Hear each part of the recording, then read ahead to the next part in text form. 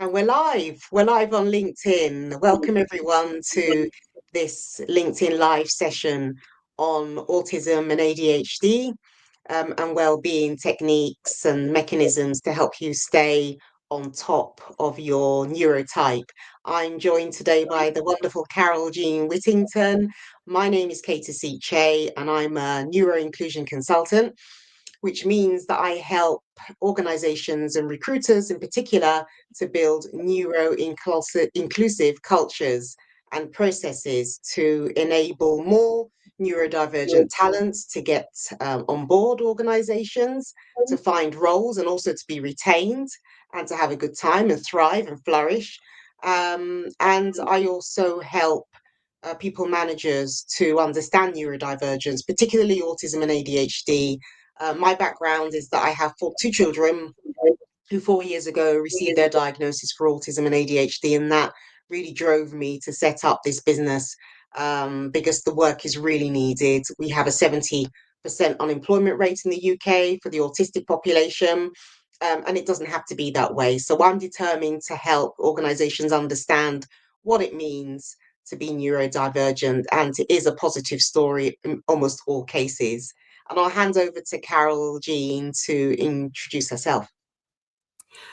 I am really excited to be here, Kate. Thanks for the invitation and for this amazing conversation that we're going to share together today. I am a late identified autistic ADHD person who did not know that I was autistic until I was almost 40. I learned that I was ADHD in my mid-20s, and that answered some of the questions, but it didn't give me all of the answers and the understanding of myself that I needed.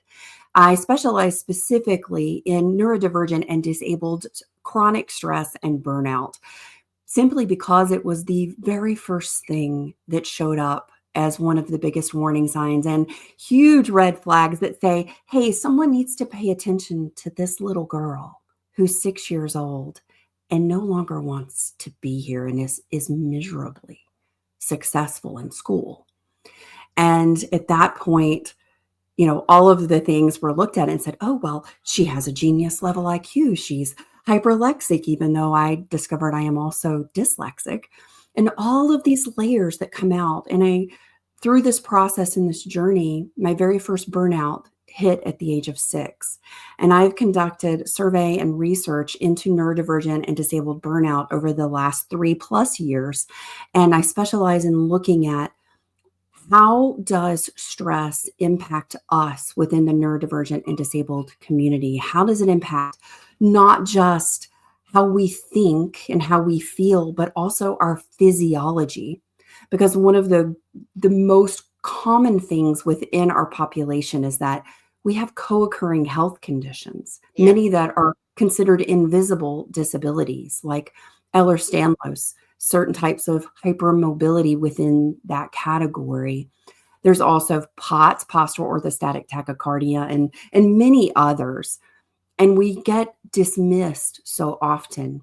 And burnout is missed altogether. It's identified as anxiety, depression. It's identified as, sometimes we internalize it and think we're just failing, that we're just sucking at adulting or being a human or doing well in school. And that isn't necessarily the case. And so I have the top 20 warning signs to help identify if you might be experiencing burnout. And of course, I have the wonderful spicy pepper quiz, because one of the biggest components in my research was, over the last 3.5 years, the number one thing that every research respondent said was the most important. Over 83% of people said, this is the thing that I'm missing in my life. And it's play, joy, and laughter. Yeah, exactly. And it was so beautiful, because when we start to, and I looked at all of these, I said, okay, from an awareness standpoint, and here are 30 things that contribute to our overall well-being. And I'll define what I consider well-being in an optimum steady state within our conversation today. But I said, okay, here are 30 things that contribute to our well-being. What are the things that you have that are being met in your life right now?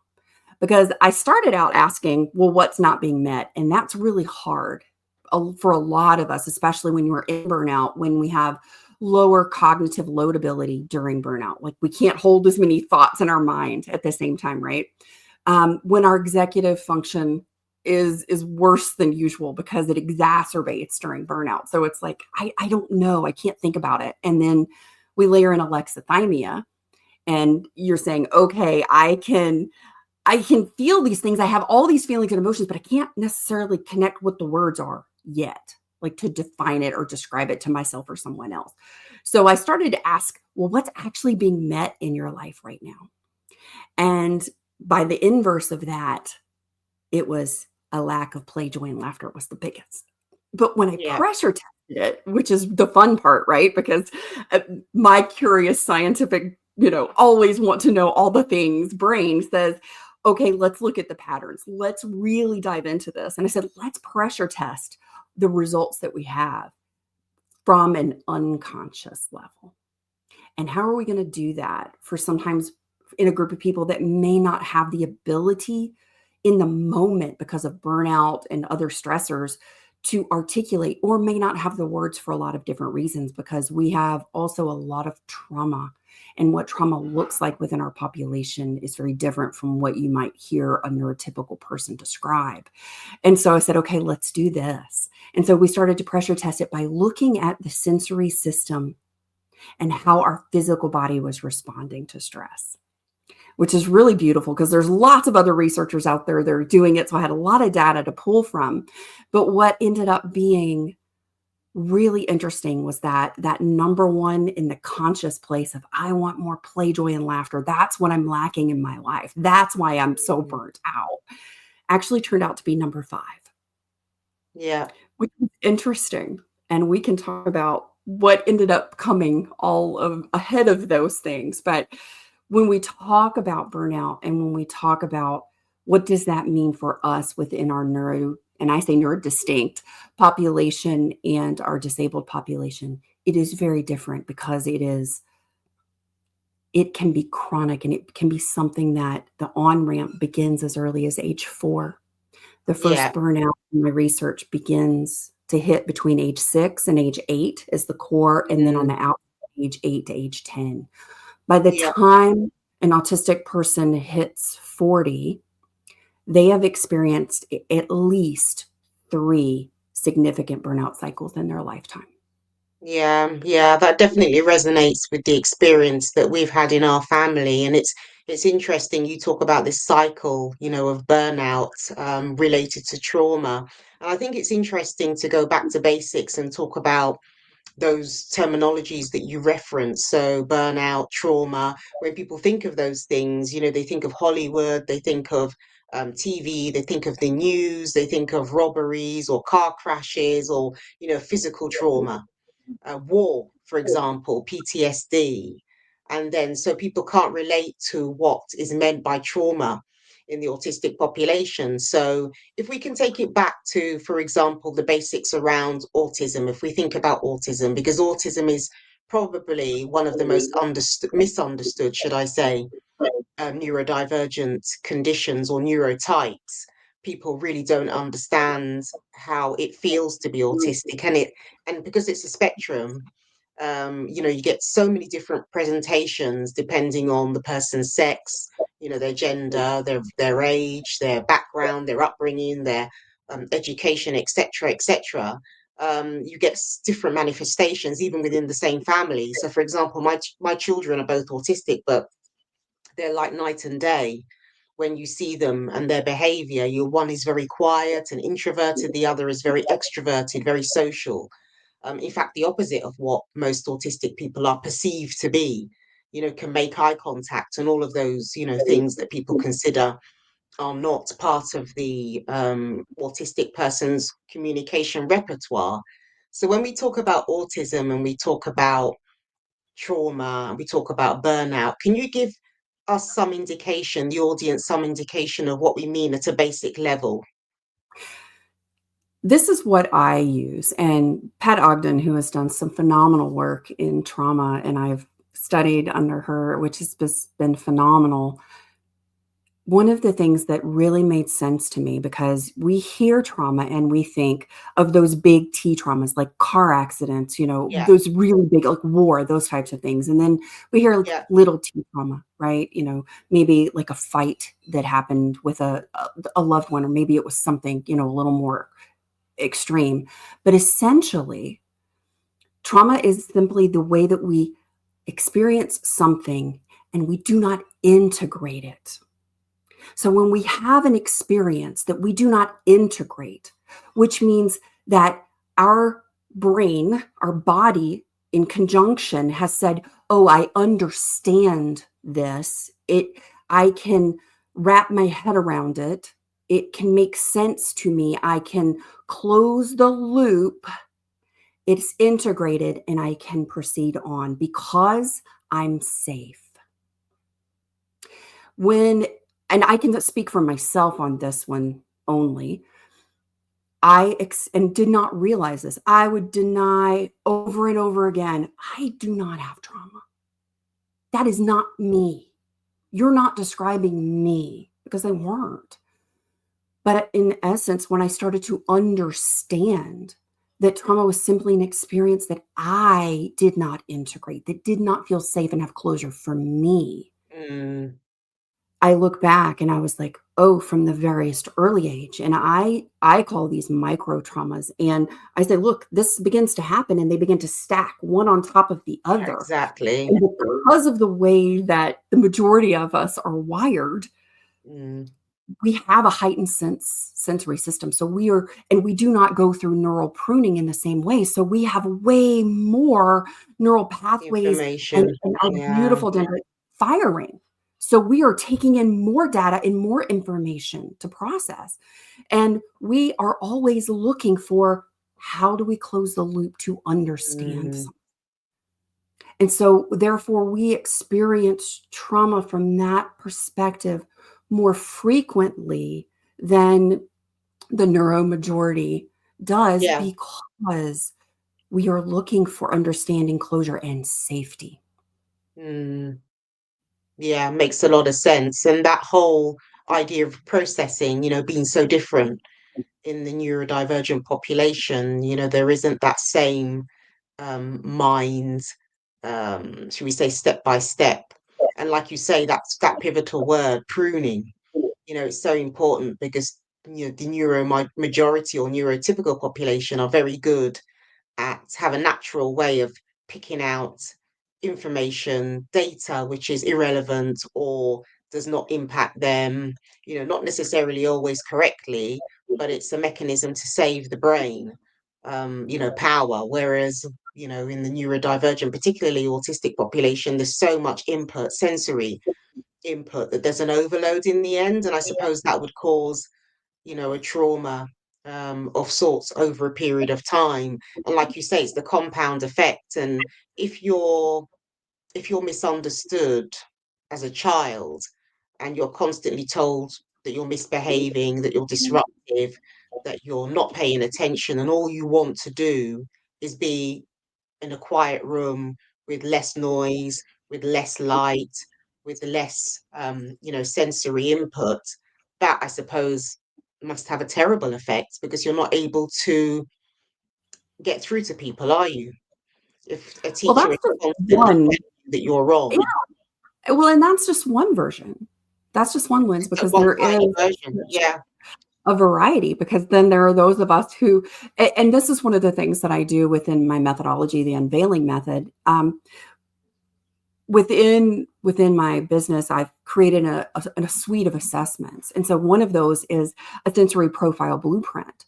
And your sensory profile in burnout is different than your sensory profile when you are in an optimum steady state, yeah. because of nervous system regulation. It's Mm, directly, our sensory system directly tied in. And most people look at just 5 different sensory systems. I look at 7 to 8. And there's a reason for that, because our sensory system is much more diverse. It is deeper, it is broader, and we have to consider those elements in how we navigate our energy. Because for a lot of us, too, there are processing differences. There are yeah. some situations where I process at a delay, specifically in my auditory profile. I have an auditory processing delay. It might sound like I hear the words coming out of your mouth, but you're like Charlie Brown's teacher until my brain Yeah. goes, oh, wait a minute. What did you say? Huh? Oh, never mind. Yeah. And then it clicks. And there's lots of different elements of this. But when we begin to look at, we have a sensory seeking and we have sensory avoiding and we have Yeah. sensory neutral. Yeah.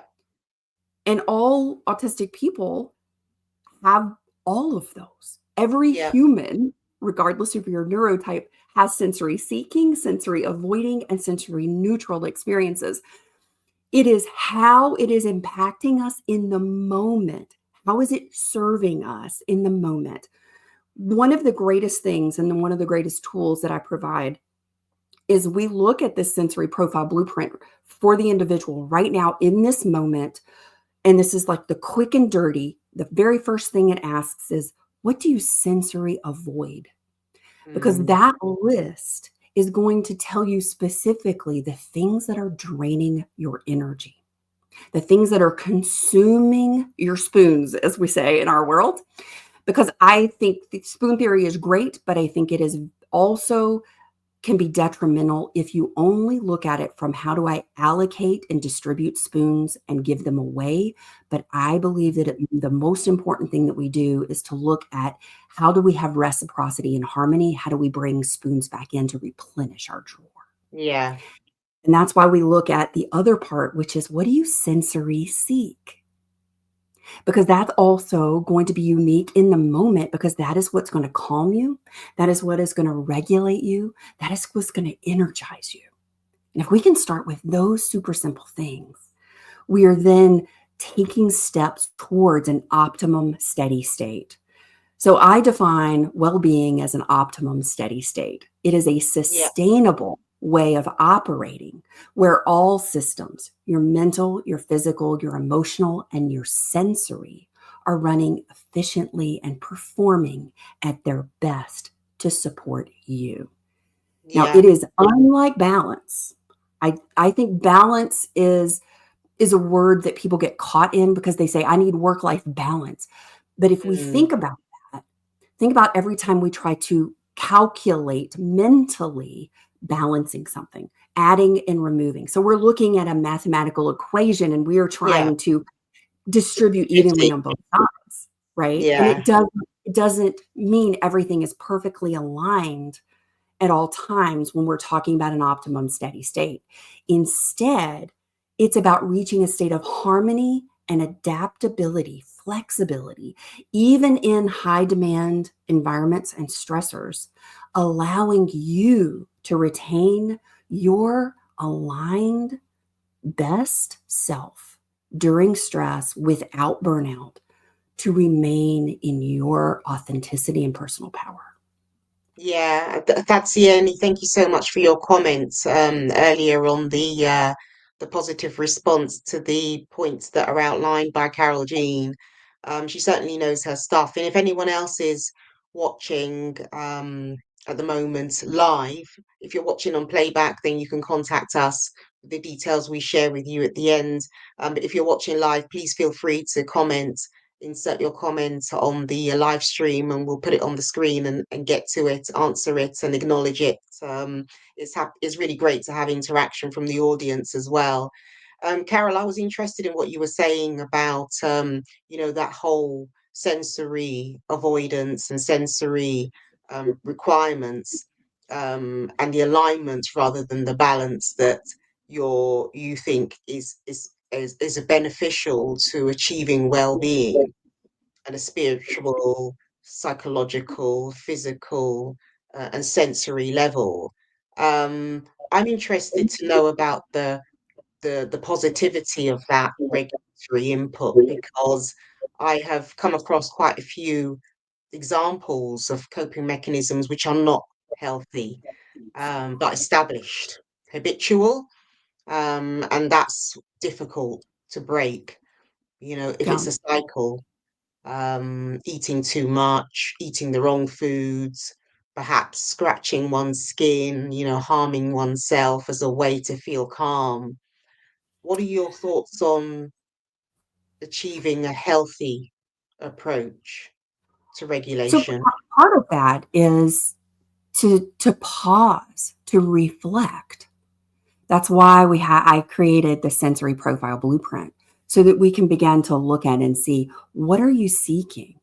What are the things that you're doing, the actions you're taking to calm, regulate, and soothe yourself, to energize yourself? And what are those? And one of the most important things that we talk about within the unveiling method, we carry a tremendous amount of shame and guilt. Mm, As we age, the older we get, the more heavy rocks we're throwing into the backpack, and we're carrying them on our backs. And by the time, you've probably reached 25 or 30, you got a couple of backpacks for most of us. And there are those stems that can be self-harming. yeah, And I will say that part of this process and part of what I do in the unveiling method is, let's just give them words. Let's give them names. Let's voice them aloud, because we're usually doing them in secrecy, and yeah, we're usually doing them with a whole lot of shame and guilt attached. yeah, And I think it's so important to start to understand, well, okay, you do it. Great, big deal. You pull your hair out, you scratch your skin, you're using something sharp to stimulate yourself. yeah, Let's look at the root. Let's get compassionately curious, I always say, and go, what does it give you? mm, What is the stimulation? Okay, great. Do you really like all that aftercare stuff? Well, maybe that's part of the process. You like the habituation of care. So let's yeah, look at these. Let's talk about them. And then let's look for some alternatives that give you the same thing, that we're still addressing the root of how it helps. So my friend Jo Saman owns a company called Kaiko Fidgets, and she and her son are autistic, and she is late identified ADHD. She's a dear friend of mine. And she had some clients and friends who were self-harming and cutting those things. And she said, I got to yeah. come up with something. And this is a phenomenal tool. Now, Oh, yeah, we've my got one of sensory, those. this is a spiky fidget ring.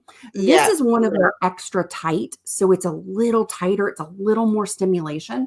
yeah, And it's really interesting because she sent me this huge kit several years ago. And she goes, it's called The Works. She goes, just try them all out, Carol Jean. Because I was like, I don't know. I never really forayed into STEM stuff before in my whole life, yeah, because my whole life I was told, be still, sit still, don't fidget, don't move, don't do all these things. quiet. So Yeah, I was born in the 70s. I'm 50. Nobody was talking about this growing up. But she sent me this, and I touched it and I went, ooh, ooh, ooh, it's sharp. I don't like that. Because mm, my natural is like, I want the soft squishy, I want the right. fuzzy, I want the fuzzy, cozy stuff. Yeah, But I was fluffy. on a Zoom, right? I was on a Zoom call, and I picked this up just randomly because it was sitting on my desk, and I started rolling on my finger. And Yeah, within a few minutes, all of a sudden I went, whoa, I have like laser focus. I am hearing every word people in this room yeah, are saying. What is going on? yeah, But she created this because this is a safe way to get that sensory stimulus and input that you can get from other non-healthy ways, yeah, and really get them in a healthy way. So really, to your point and to your question, one of the most important things we can do is, number one, voice the scary. yeah, exactly. It's interesting, isn't it? Because I think that as an ADHD, not formally diagnosed, but self-diagnosed ADHD through my children's diagnosis, I've sort of recognized that I'm also neurodivergent. I tend to get my sensory input through physical strain. So I work Mhm. out a lot. I run, I swim, I go to Pilates, I go to the gym, and that physical exertion really works for me. So right now I'm standing and talking to you. I'm not sitting down. I very rarely sit down to work, and it does hurt. Hurts my back and it hurts the base of my feet. but it keeps me focused. The pain keeps me focused, and it is a level of pain, but it's Mhm. good pain, I suppose, if there's such a thing. Well, there actually is. So we have three different types of stress. We have what we are all very common and very aware of, which is the negative form of stress, which is distress. Yeah. And then there is neutral stress called new stress. Now, I will just say the people who came up with the nomenclature for this were not real creative. So here we go. New stress. And then we have positive forms of stress called eustress, eustress. And we have a lot of eustress in our life, our positive stress, but we don't acknowledge it. We don't name it. We don't necessarily understand how it shows up for us. And it is subjective. So, how you experience a particular form of stress that might be neutral or positive for you might be negative and distressing for me.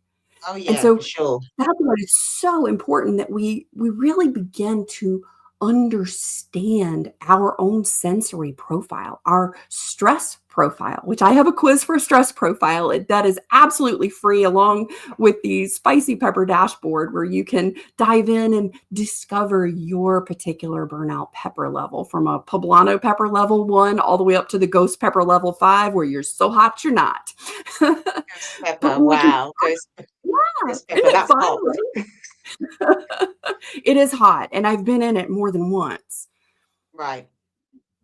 But when we can start to identify those types of stress in our life, and also recognize that they are also fluid, that it can be one type of stress in one situation with a particular person is very good and very comfortable. But the same type of stress in a different environment with different people or a different person might be a negative or distressing experience. Yeah, exactly. So right, so right. And it's interesting, isn't it? The coping mechanisms that people will employ to combat the different types of stress that they experience. So for example, my daughter will, and me too, actually, it took me through her experiences. She really taught me to understand what I was experiencing every day in the corporate world. So having been to an event or been to a meeting or been to some kind of session where I've had to interact, even though it's just you and I on this with some people watching, it's still some level of exertion, mental exertion. And afterwards, I will often feel quite exhausted. And I believe that's very common in the neurodivergent population, particularly with autistic and ADHDers, when they've had some social interaction with others, they will feel the need to be alone, number one, lie down sometimes, even sleep. And it's a process, it's a recovery that takes some time. It took me ages to get my head around that. I used to think, gosh, why do you always feel so tired after? Come on, pick yourself up, I'd say to my daughter. Why are you so tired? Why are you so exhausted? But when she's been, for example, at a family party, it can take her days to recover, 2 to 3 days to recover. It took me ages to work that out. It's an interesting thing when we start to become aware of it. Mm, So I talk about how do we step into our optimum steady state? yeah, And it is three things. It is reflection, the power of the pause. And for most of us, we have not, and we usually do not pause. I always say I was like a shark for most of my life. I never, even sleeping, I never stopped. I don't know. yeah, And same I would here. say, oh, it was probably the ADHD part of my autistic ADHD brain. But really and truly, it goes back to the core of what my research uncovered within our population and why because I wanted to know why I had burned out so often. Yeah. Why had I been in a chronic cycle of burnout that was going from poblano ones to fives and then circling a 3 to 5 continuously for decades? Why was I a 6-year-old child crying and sobbing and wanting to no longer be here? And I wanted the answers to those questions. And the more I started to have conversations with other beautiful people in our community, I discovered they wanted to know their reason for those experiences from their perspective as well. And there are I talk about the top five generally, and play, joy, and laughter is number five. Order, structure, and predictability is number four. Oh, yeah. Three, and these are the things that contribute to our well-being, to our optimum steady state. These are Yeah. when these items are in place and they are in harmony. It doesn't mean that everything is working at its optimum best, but it means that they are working in conjunction together, Yeah. right? And within that, number three is authenticity. And it is not that I'm being my authentic self. Yes.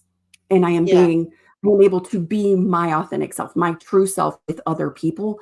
But most importantly, because the majority of people who come to work with me who are in burnout or just recognizing they've been in burnout for years, most Yeah. often, is that I learned about masking. I peeled off a couple layers, but now I don't know who the heck I am. I have no idea. And Yeah. so the authenticity part is more about connecting and understanding and allowing space, sometime for the first time. And I didn't do this till my 40s, to allow space, the power of the pause, to allow space to discover who I am. Yeah. Because through the power of the pause, that reflection, we begin to see things that we didn't see or could not see before. And that raises our level of conscious awareness because all of this is happening. Our subconscious is very aware of it. It is operating on Totally. all of the Yeah. things that we're not Firing on all consciously. cylinders. Yeah. Yeah. Because this is what's so important. One of the most energy draining things that we experience every moment of every day is when we have a choice. And the majority of us fail to recognize that in everything, because you and I know, we hear it all the time. We see it on social media. I don't have a choice. I have to. And the truth is that is an illusion, and you always have a choice. And Yeah. what is one of the most energy giving things that we can do is reflect, pause, reflect, raise our awareness around what is going on. And sometimes in that awareness state, we are looking and seeking other people to mentor us. If that's through a podcast, through a book, through a mini course that you sign up for, through reading a book, those things are going to help raise your awareness level in new ways because we can only see from what we know and we have to seek other things. And it is from that place that we then have more choices than we ever thought possible. And we become possibilitarians, as Robin Sharma says. And I love that word because that is truly where we step into our personal power and authenticity. Yeah, yeah. And it's so important now, I think, that we're seeing it on social media that younger people, younger neurodivergent people are being very forward about their levels of self-advocacy, which is so important. You know, there's this movement now where saying we're not waiting for other people to acknowledge us. We're going to acknowledge ourselves. And we're going to say that, you know, this is what we want and this is how we want to live, and we're not going to be given permission or wait for permission to be our authentic selves. And it's important, I think, to clarify authenticity because what we're saying, I think what you're saying, and you know, correct me if I'm wrong, but I think what you're saying is, you know, you don't have to present everything to the world, but that's very different to giving yourself permission to be who you truly are when you want to be who you truly are. So we're not saying that you have to, spread yourself out and reveal I'm not saying every let it all hang minutia. out. Yeah, let it all hang out. No, we're not. I No, don't think we're it's saying that. about I think you with knowing. neurotypical people, they get the option, don't they, to be themselves or not. But masking is a weight that most neurodivergent people carry with them every single day. And what that masking does is it prevents them from being anything remotely like what they truly are inside. I always say I masked to the professional level of camouflaging. I Yeah, was I was the exactly. girl you never saw. Oh, I love that. I'm going to reuse that. But would but really and truthfully, there is that internal and external piece, which is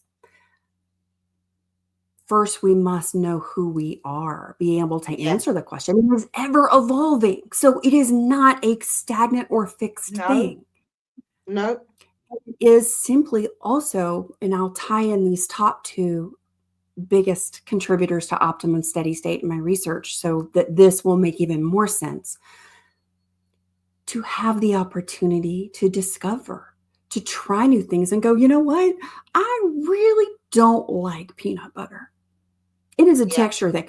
And then all of a sudden, one day somebody says, oh, try this. And you don't really look at it. And somebody pops a spoon in your mouth and it's crunchy peanut butter. And oh, wow, I love this. Mm. Yeah.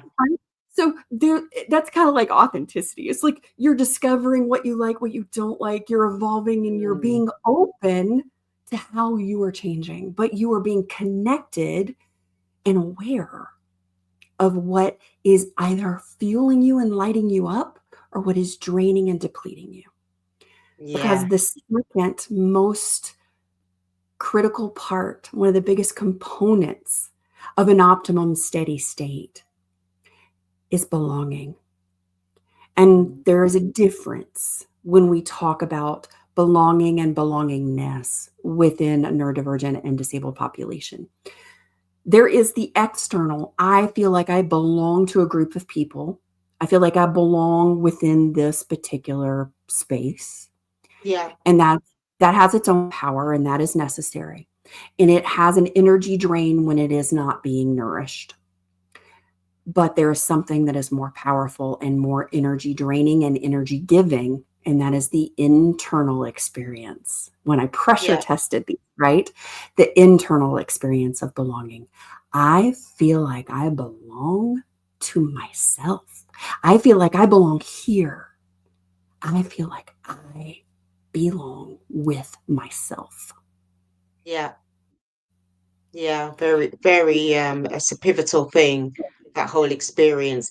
I mean, you mentioned a couple of things there, and I think it's worth, giving the audience or people watching on playback some techniques on what they can do to help themselves to feel better, to feel more authentic, to feel more at ease with themselves. And you spoke about reflection, which I use. It's taken me probably a long time to start doing it, but I'd say for the last 2 years, I've religiously journaled, not necessarily every day. Sometimes I do, but mainly it's once a week. So I sit down, usually at the weekend or towards the end of the week, like a Friday, and I will journal. And that has helped me no end. It's unbelievable how much insight that gives you.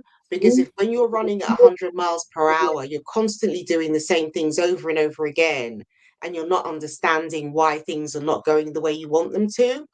Whereas when you sit down and you reflect and you take the time to look at your habits, to look at your activities, to look at your thought processes, you start seeing the patterns. And that's where the transition can happen, the transformation. So I would definitely advocate journaling. Reflection and journaling for me has worked tremendously. What else would you give the audience? There are several things. So, journaling is one of the most powerful, and research even dives Yeah, into how that impacts us. So, 100% journaling is a huge part of it. And if you enjoy journaling, or if you haven't journaled before, I wasn't a big journaler and hadn't been for decades. I was when I was younger, but after several burnouts, I had sort of lost that skill and ability, which is one of the warning signs. And one of the things that happens to us that doesn't happen to a neuromajority person in the same way. is a loss of skills and abilities. And 100% of research respondents said they had lost some skill or ability that they had, or it had decreased with a Yeah, burnout. I've heard about that. So one of the most important things is to start simple, but I think one of the most powerful questions when we really look at how do we begin to discover our authenticity, our belonging, that type of thing. One of the most powerful questions that I started with was, what does my perfect day look like? What is my like Mhm. best day? And it was interesting because I paused and I read the question and I read it again because I went out on the internet, went and Googled, like I guess it was 8 or 9 years ago. And I was like, Yeah. somebody help me figure out who I am. That's really smart. I Please. was like, how do I figure out who I am? And they gave me these 52 journal prompt questions. And one of the questions that was the most powerful, because I had never asked myself this. I was a 42-year-old woman and I had never paused to consider, what does my perfect day look like? Yeah. Who's in it? Where am I? And this was the fun part. The caveat was money, time, space makes no difference. Dream big. Mm, yeah. And that is really powerful. The other thing is a gratitude practice. And I know you hear this and it may sound so cliche, and I'm going to show you why this is important. Yeah. This is my gratitude jar. Oh, lovely. I like that. This I started in January, and I'm about to open this today because I'm doing my 2024 reflection. Yeah. Because what I learned is that by taking a pause, and I do this religiously every week, but then I also pause in the moment because one of my mentors, Judy Umlis, who is the author of a book called The Power of Acknowledgement, has been a wonderful mentor to me, and something that I learned about myself and something that we teach within that program together is that so many of us are so giving and we show up and we do for everyone else, but we do not receive well because it does not feel safe. Because Yeah. sometimes deep down, we do not feel or believe that we are worthy, that we are good enough, that we have earned rest, that we have earned acknowledgement, praise, or kindness, or even a moment to ourselves. And not only do I express gratitude for the people around me, the things that have happened in my life, I express gratitude for myself. What have I given and done for myself today? How can I be grateful in that? And sometimes it's even the really small or challenging things. And the reason that this is like having this jar, having these little pieces of paper that I put in every week, every day, anytime something happens, it's easy for our brains to bypass everything that's good. And we will focus on all of the challenges, all the struggles. We will look back on the year and go, oh, this was so crappy. Yeah, But then exactly. you read these, you read your journal, you go back and look at things. I think one of the other things that's really powerful is to look at our values, because we can't tap into our authentic self until we begin to unmask our values, because we mask not just our behavior and how we show up and our words and our clothes and our hair in the world. When we mask, we also mask our values. And this Yeah. is something that I do within the unveiling method. And we look at the three masks that we can wear in values. And part of getting to your authentic self is beginning to ask, do I value family? Well, I do. It's in my top 10, but it is not in my top 5 anymore. My Right. family is not in my top 5. I will tell you, and it was a big unmasking because it used to be number 1 for me. And most people, when you ask them what do they value, they are always saying their family. But when we start to unmask our values and we start to look at, what have I agreed to? What have Yeah. I agreed to within my family, right? Because maybe they say, oh, we value family. In our family, we value family. Family comes first. Maybe you grew up hearing that all the time. And so you're like, oh, okay, I agree. Family comes first, because Mm, that's going to keep us safe. That's what we're taught. But when we start to really look at who we are authentically and we start to unmask all of these layers, we can also look at, what have I adopted? Have I adopted a value that maybe I went to work for a particular company and they have a big ecology, environmental value. And so I'm like, Yeah. oh yeah, I adopt that. That's something I believe in. But then you go home and you got plastic bags everywhere, Yeah, because it's exactly. not really right. It's a value, I will say, we play a lot of lip service.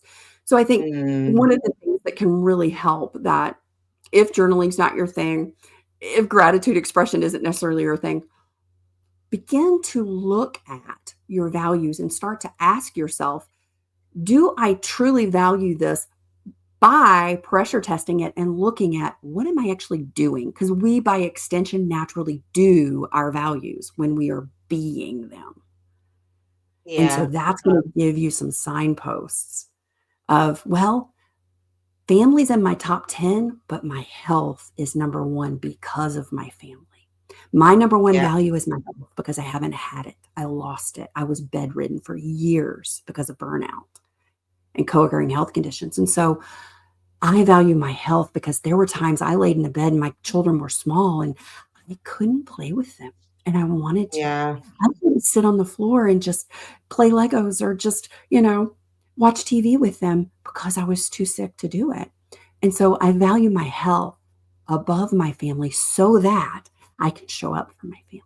So you can that makes a lot of sense, and it's a really good point that you say, actions speak louder than words, and if you whatever you're doing tends to be to speak to your values. If you're just sitting and thinking it, then that's not really your values. You live and you breathe your values, don't you? So like you say, if you're not prioritizing your sustainability, recycling, you're going out and buying plastic bags every day when you do your shopping, then it's not really a value, is it? It's just, you're just paying lip service to it. I love the idea of journaling. It took me a while to get used to it. So I know everyone talks about, yeah, journaling, journaling, journaling, but I do It's actually awkward. enjoy it, but it doesn't have to be for everyone. Gratitude, I'm learning to get my head around that. I'm doing that as part of my journaling. I'm noting 3 things daily that I am grateful for. And they don't need to be big things, not necessarily big wins. They can be small things like, you had an ice cream today, or someone smiled, a stranger smiled at you. At the bus stop, for example, that's something to be grateful for. So they can be very small things. And also, I know ADHDers can really struggle with people pleasing, and you spoke about that. I think you touched on that. That's a very similar thing to us always agreeing to what is being told to us. Family comes first, doesn't it? Doesn't it always comes first? And yeah, okay, yeah, I'll say yes because I'm a people pleaser.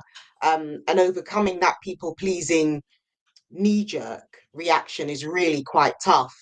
I'm slowly getting my head around saying no, and it feels good, when you say no. And that again goes back to what you were saying about choices. You have the choice to say no. You don't have to say yes. Giving yourself permission to say no is so important, isn't it? I can say no. It's really fun to Yeah. begin to step into this practice. So here's a fun one. And I'll share why.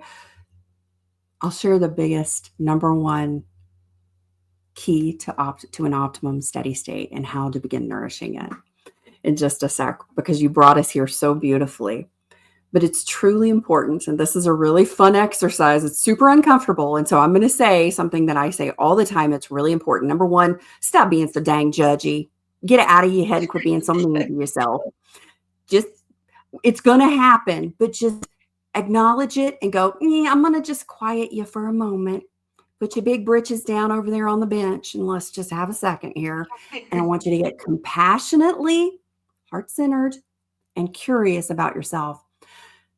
I want you to say the word no out loud. No. How does No, it feel in your body? Where do you notice it when you say no out loud? it feels a bit rude. Now, I want you to think of your favorite thing, your favorite person, the person that makes you smile. When you think of this person, it just lights you up. And I want you to just like embrace that. I don't want you to pause, don't think anything. I want you to go, no. Think No, about that person. I want you to say no out loud. How does that feel? no, it feels good. It's a totally different thing, right? Mm, It's interesting because the no and how you feel it in your body, it was the same word, true. but it was the story and the energy, the assignment you had, the correlation you had. So, why does this happen? The number one contributor to an optimum steady state, and when we are also talking about an optimum steady state, we are talking about energy management. And we're talking about energy from a scientific standpoint, not energy from a metaphysical or spiritual standpoint. We're talking about it from a scientific, measurable, caloric energy standpoint. You have Yeah, the energy, the calories that you need to do the things that you want to do, right? When we are talking about values, and I said, check in with these, begin to unmask them, because if you have agreed that you have these certain values and you are trying to live those values and they are not truly yours, it will drain and deplete you continuously. mm, It is like a giant hole in your bucket of water. So when we're talking about the people pleasing part, and we're talking about that no right there, what we're really talking about is the thing that is the biggest contributing factor to our optimum well being. And that mm. is internal emotional safety and self trust. So that it is a duality that is tied for number one. So we can talk about emotional safety from the sense that on an external level, I feel safe to share my feelings, my experiences with another person, and I know that it will be received. That can be energy depleting when there is not someone in our life that we feel we can be emotionally safe with, right? That courage and that vulnerability that Brene Brown talks about. In my research, what I discovered when we pressure tested this was that for neurodivergent and disabled people, the internal emotional safety was the biggest factor, because when we are growing up, because maybe we process at a different rate, our sensory system is taking in different experiences that other Yeah, people aren't having, that we are thinking in different ways, we are viewing problems to solve, or just playing on the playground in a unique way from maybe mm, other people. The messaging, and you mentioned this through our conversation, and I was so excited because I knew where we were going with this. We began to hear this messaging, and we hear all the time about ADHDers receiving 20,000 negative comments versus, a child that's yeah, not ADHD, right? Well, multiply that and you get into your adulthood. Let's just keep going, right? So what happens is we're told it can't possibly be that loud. No one else is bothered by it. yeah, Why are those clothes bothering you? Stop fidgeting. You look beautiful. We're going to the birthday party. Wear the dress and suck it up. You must suffer to be beautiful. That's what I was yeah, told growing up. So we continue to hear these messages. And so what happens is we go, oh my gosh, I shared that that's how I experienced it. The world told me, the people around me said, that's wrong. I'm weird. I'm broken. No one else is experiencing it. Maybe I'm wrong. mm. But I did experience that. No, get over No, it. you didn't. Yeah, It's an inconvenience for everyone else for you to have to right, eat that way. It's easier for us to exactly. do it. So you have to adapt to what we need. And so Yes, as this happens throughout our life, what begins to change is our safety, our internal mm, emotional safety, and our self-trust. We no longer trust that how we've experienced the world is even right. is Maybe we're right. crazy. Maybe Yeah, we're wrong. yeah, And I can't trust my own experiences anymore. So therefore, I am then seeking to be safe, because if I am othered, if I am told I'm wrong, that this isn't accurate, then I'm going to have to figure out how to gauge the world around me. And I'm going to have to figure out how to navigate it so that I'm safe. Because Yeah. if I'm doing it wrong or weird and I'm standing out and people are saying I'm wrong and weird, then I don't belong. And if I don't belong, which was number two, and I don't feel like I can belong to myself because I can't even say to myself that I'm wrong anymore because now I believe I might be crazy, that Mm, it's not possible that I could have experienced it that way because no one else does. No one else is confirming my experience. And yes. I'm little, so I don't know that I can confirm my own experience and say, heck with the rest of y'all. Because then I don't even allow space for me to discover my authentic self because that's not safe because you already told me my authenticity is wrong. Yeah, exactly.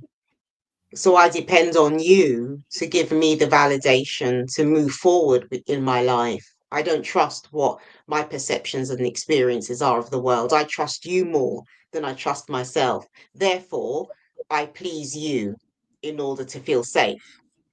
That's really what we're talking about, isn't it? That's how you become a people pleaser, by not trusting yourself. And all of this is exactly how we end up with children hitting burnout at age 6. Yeah. I've even had a research respondent vividly recall hitting burnout between age 3 and age 4. No. And Terrible. as we progress through life, think about this. We have an average of 3 to 4 burnout cycles by the time we're 40. How much of your life, how much of your well-being has gone? The Yeah. quality of your life has been stolen Mm, because you are so burned out, because you are operating from a place of trying to feel safe. continuously. Yeah. And your experiences have been eroded. I mean, I could talk to you forever. We're sort of reaching the end of the LinkedIn live session. I wanted to probably explore with you perhaps at a different time this whole idea of skills, skills degradation. I've noticed it a bit in my own personal circle. You know, people who are have lost skills, self-care skills in particular, that they once had when they were much younger, and I think that's as a direct result of lockdown in 2021, where many autistic children, adults as well, experienced a level of trauma that they're still recovering from to this day. People are thinking, right, it's 3 years ago, you know, you should have got over it, but it doesn't work like that. And yeah, I'd love to explore that with you perhaps at another stage. Did you want to give the audience some idea of where they can find out more about what you do and how they can contact you?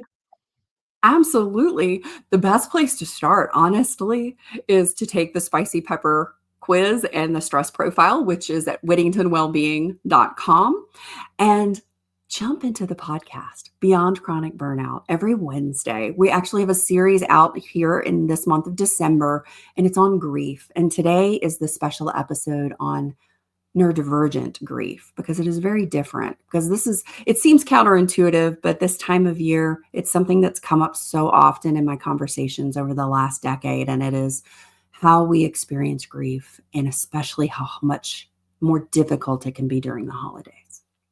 Yeah, and it's delayed as well, the experience of grief, just from my own personal experience. There's definitely a delay. So there's a processing which happens later on. My children are now experiencing the loss of their grandparents. Well, 2 years ago, one 3 years ago and one 2 years ago, they're experiencing it more keenly now than they did when it first happened. So there is definitely a delay. There's a uniqueness in that grief process that neurodivergent people experience. You can reach out to me on LinkedIn. You can catch me on my website, which is wheretolookcoms.co.uk, or you can email me at katossiche@wheretolookcoms.co.uk. It's been fantastic talking to you, Carol. I've really enjoyed it, and I hope the audience has really got a lot from it. I certainly did. And yeah, do listen to Carol's podcast. I've listened to it many times. It's a great source of comfort, information, and guidance. So yeah, I would definitely look into it in more detail. Carol, thank you so much for your time. Thank you for having me, Kate. It was wonderful. Thank you. Okay, I've ended.